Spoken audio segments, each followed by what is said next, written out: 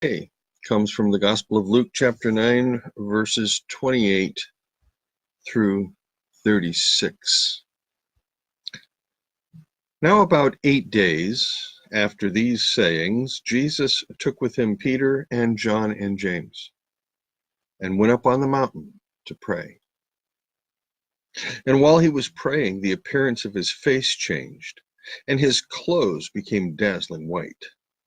Suddenly, there were two men, Moses and Elijah, speaking with him.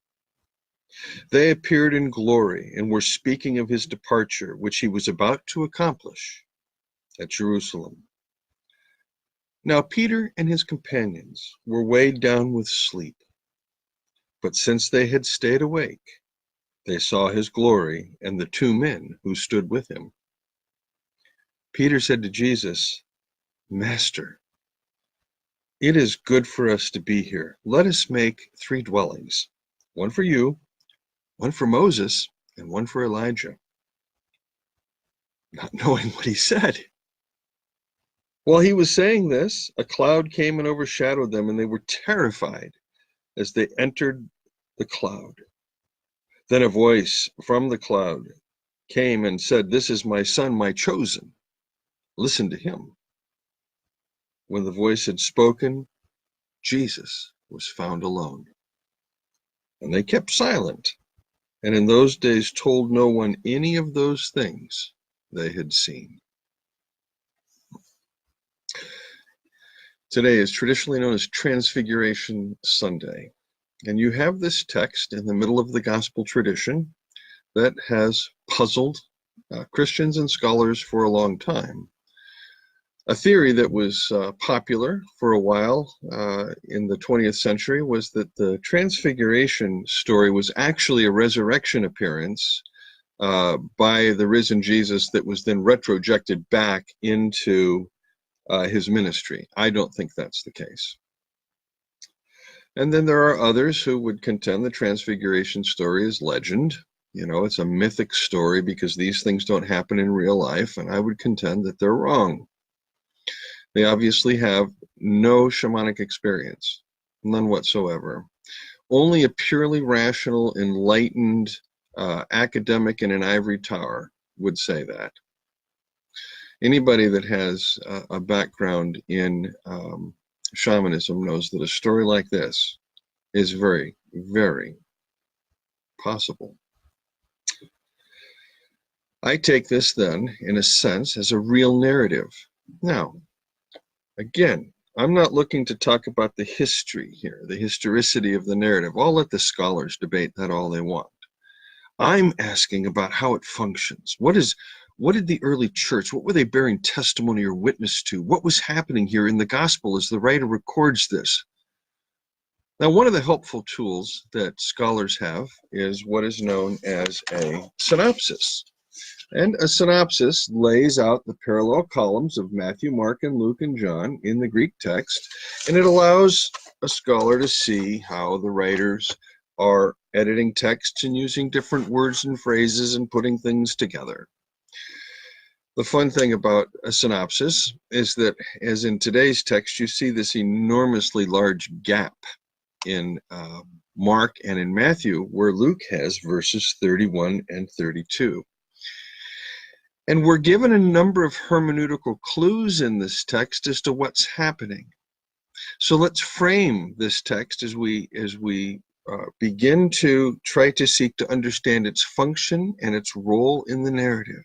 Now, we have been through the birth narratives in Luke in chapters 1 and 2, and the genealogy in chapter 3, and the sermon at Nazareth, and healing in chapter 4, and then more healings in chapter 5, and healings in the sermon on the plain in chapter 6, and all the discourse about John the Baptist, and more healings in chapter 7 and 8. And we come to chapter 9, rather. We have more exorcisms, more healings, the feeding of the 5,000. Now, you'll notice, if you're paying attention to the kind of work we've done in the past, after the feeding of the 5,000, you do have the sayings about who do people say I am? Who are people thinking I am? And it's a great big confusion out there about this. We've seen this. And in Mark and in Matthew, this takes place in Gentile territory at Caesarea Philippi. Here, in Luke, after the feeding of the 5,000, these things occur once when Jesus was praying alone. He asked them, the disciples. So there's no Gentile territory here in Luke for these sayings, but it's immediately after these sayings on discipleship about the suffering Son of Man that the transfiguration occurs. The transfiguration does not occur apart from the context of the suffering Son of Man. Okay? This is very, very important for what we're about to see in this text, because there's going to be a connection made in this text back to these sayings. In other words, just as in the Gospel of John, glory refers to the crucifixion, so even here, the glorification of Jesus in the Transfiguration is cross-centered glory. Not some kind of charismatic, silly exaltation high and his train fills the temple nonsense, but the one whose mission and purpose is to become the humble servant of God and die for the people. Well, how do we get that? So we come to the text, and Jesus is praying, as he does in Luke, and his face changes, and his clothes become white. Then you have two men who apparently are quite known to everybody because there are pictures in the newspapers all the time. Just kidding. But you have Moses and Elijah there. Moses, the giver of Torah, instruction to the people of Israel on how to live and do the will of God in the land.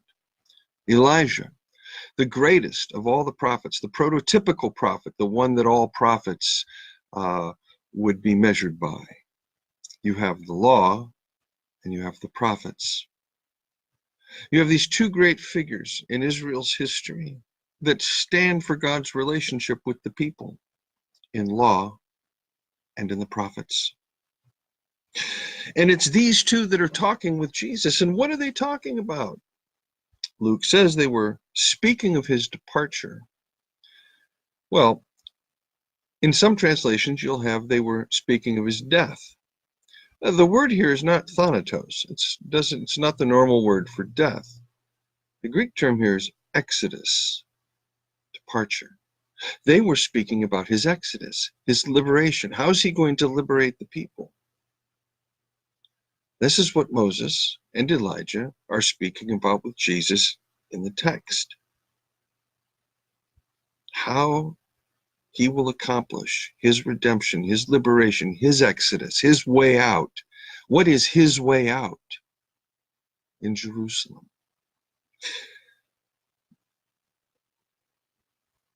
The very fact that Peter in the text is going to misunderstand everything that's happening here ought to clue us in that we are going to misunderstand this text as well. In other words, the text is going to create misunderstanding, but it's misunderstanding that will be clarified by the text. What Peter does is he says, wow, this is really excellent. We have Moses, the giver of Torah, the greatest figure in Israel's history. We have Elijah, the greatest of the prophets, number one top dog, the king, the Elvis of the prophets, as it were. And we've got Jesus. We're going to build 3 tents up here, and we're all going to live together with Moses and Elijah and Jesus, and they're going to tell us how to do the will of God. And we're going to just do whatever they tell us to do. You see, what Peter had done was he had put all 3 together as though they were equals. Peter assumed that everything that was in Moses and everything that Elijah represented was the same thing as what Jesus was about. That will turn out not to be the case. The voice from heaven, the cloud, comes and separates and distinguishes who is to be heard and who is to be listened to. Is it Moses? Is it Elijah and the prophets? Or is it Jesus? Is this a supersessionistic voice? Is the voice saying that the Christian doesn't have to pay attention to Moses or Elijah? That's not what's happening here. This is all with reference to the death of Jesus. So I want to give you what I think is a modern way to think about this, because it seems to me to be a gospel way to think about this. Rather than interpreting a text like this in terms of Old Testament, New Testament, Israel and the church, and supersessionistically, we have to recognize that what Moses and Elijah and Jesus are all doing is they're talking about the same thing, his Exodus. That's important. And Jesus is obviously interpreting Moses and interpreting the prophetic tradition. Thus, when the cloud appears and says, "This is my beloved Son, my chosen one," you listen to him. There is an authority given to Jesus that is over that of Moses and over that of Elijah. A hermeneutic authority. That doesn't mean Elijah and Moses are dispensed with. It means that Jesus is the one to interpret them. But we can go further than that. We can recognize today, for example, in Protestant Christian America, we have Moses and we have Elijah. The religious right in America, the evangelicals and the fundamentalists, will take their definition of what constitutes the will of God or righteousness from Moses. And they do this largely because they're influenced by the Calvinistic tradition's third use of the law, namely that the law, or the Torah, can be used to govern civil life. And so for the religious right, Torah, law, functions as a way to do society. Thus, if texts say, "Don't do this, don't do that," why? That which is right or righteous, and those who are right or righteous are those who do the do's and don't do the don'ts. And we know the impact this has had in evangelicalism, the legalism, the incredible authoritarianism, all the sickness and illness in the religious right can be traced to the simple fact they have placed law before gospel. They've placed Moses before Jesus. Jesus is not the interpreter of Moses for the religious right. For the religious right, they would build two shrines, one for Moses and one for Jesus, and they're co-equal. But then we have also in America, on the Protestant left, we have the liberals and the progressives who take their definition of righteousness from the prophets, and they use the term justice. And so they have found all manner of ways by which to take the voice of the victim in travail, the voice of vengeance, and they've managed to justify elevating that voice of vengeance in the name of Jesus, in their churches and from their pulpits. And they've said that the voice of vengeance has to be heard, and those who cry out have the right to retaliate. Now, granted, there are some on the religious left who recognize the implications of all this and are trying a little bit to ameliorate it, but the fact remains that with the virtual entire progressive Christian left, their definition of justice is taken from the prophets. And justice is always done in the prophets with an economy of exchange. The wealth will be taken from the poor, from the rich, and given to the poor. That kind of thing. Whereas righteousness in the Torah is also an economy of exchange. If you do the right thing, God will bless you. If you do the wrong thing, God will curse you. Either way, both Torah and the prophetic tradition represented by Elijah operate through an economy of exchange.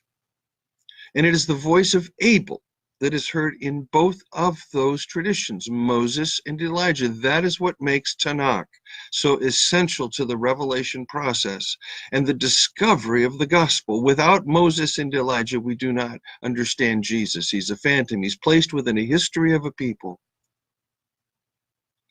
And he's the interpreter of that history.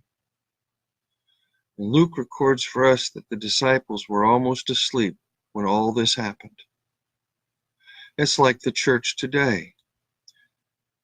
is asleep in America, and one wonders if she can hear the voice of the Father saying to her loud and clear, listen to my beloved son, Jesus. He interprets Moses. He interprets Elijah. How can we talk about Jesus' departure in the Gospels as a nonviolent departure, as a self-giving departure, if we simply identify Jesus as another equal with Moses and Elijah? There is no economy of exchange in the death of Jesus. It is grace. It is gift. There's no ifs, ands, or buts in that death. It is a gift, a divine gift, and it exposes all economies of exchange. In fact, it does so in such a way, as Rene Girard pointed out in Luke chapter 23, that we have a beautiful instance of the power of the enemy of my enemy is my friend, when Pontius Pilate and Herod, quote, become friends. From that day forward that they agree to kill Jesus. Jesus' death is a nonviolent death. Jesus' death does not seek vengeance. Jesus' death speaks a better word than the blood of Abel's. Like death in the Tanakh is about retribution. There's always a judgment associated with it somewhere, whether in this life in terms of Deuteronomic hermeneutic blessings and curses, or in the afterlife in some sort of second temple Hanokkic worldview of heaven and hell. And both have infiltrated Christianity, and neither is the gospel. The gospel changes all of that. That's what Peter could not see, and I would imagine the sons of Zebedee, who shortly will want to call down hellfire and brimstone on a Samaritan village, they seriously don't get this. Our modern compatriots in American Christianity, from the Westboro Baptist Church to the Wild Goose Festival, they're asleep on the mountain. America, Protestant Christianity, folks, is asleep. It cannot see or hear the cloud or the voice that says, this is my beloved Son, the servant whom I have called, my chosen one. Straight out of Isaiah, these texts. Listen to him. That's what this writer is seeking to communicate to us. That's the power of this text. What gets transfigured, what's important about transfiguration here is not what happens to Jesus' face or his clothes. Yes, they become dazzling white. Yes, there is clarification.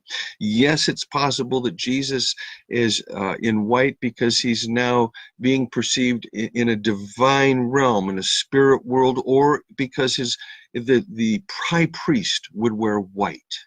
There's any number of possibilities, but that's not the focus of the text. The focus of the text is that the Father has selected the Son to be the revelation. That is the clear point of the text. And that Jesus is the interpreter of Moses and Elijah when it comes to his death. They don't interpret him. He interprets them. And so I will invite you to think through this text a little differently now, because it is actually a text about hermeneutics. Have a great day.